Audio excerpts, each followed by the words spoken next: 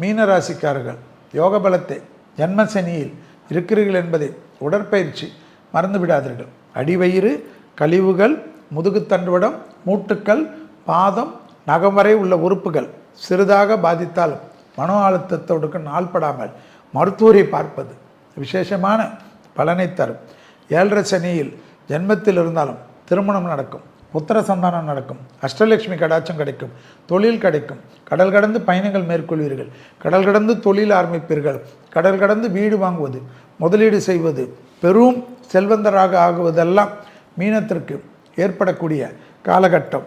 மீனராசிக்காரர்களுக்கு பழனி முருகர் ராஜாலங்கார தரிசனம், ராஜாலங்கார படத்தை வைத்து தினமும் அகல் தீபம் ஏற்றி வருவது விசேஷமான பலனை தரும். பெற்றோர் பெரியோருடன் இருந்த கஷ்டங்கள் பரிபூர்ண நிவர்த்தி ஏற்படும். கண்டிப்பாக பிள்ளைகள் விஷயம், பிள்ளைகளுடைய படிப்பு, உத்தியோகம், தொழில், வியாபாரம், பிள்ளைகளுடைய பழக்க வழக்கத்தில் சிறிது கவனமாக இருப்பதும், பிள்ளைகளை சபிப்பதோ, பிள்ளைகளை கத்துவதோ, பிள்ளைகளிடத்தில் தகராறு செய்வதோ கூடவே கூடாது என்பதை மீனராசிக்காரர்கள் ஞாபகத்தில் வைத்து கொள்ள வேண்டும்.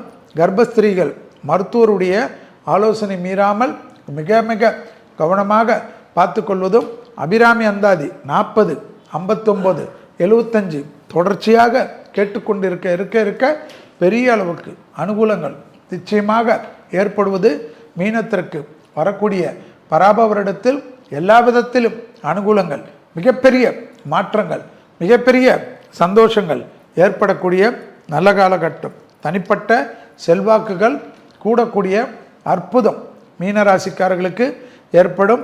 உடற்பயிற்சி உங்களுக்காக தான் என்பதை ஞாபகத்தில் வைத்து கொள்ளுங்கள்.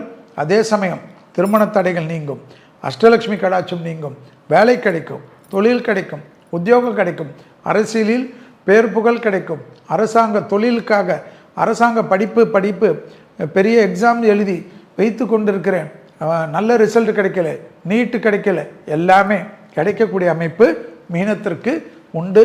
ஆக மொத்தத்தில் பராப வருடத்தில் மேஷத்திலிருந்து 12வது ராசியாக இருக்கக்கூடிய மீனத்திற்கு லேட்டாக கிடைத்தாலும் லேட்டஸ்டாக எல்லாமே கிடைக்கும் என்பதை ஞாபகத்தில் வைத்துக் கொள்ளுங்கள். இது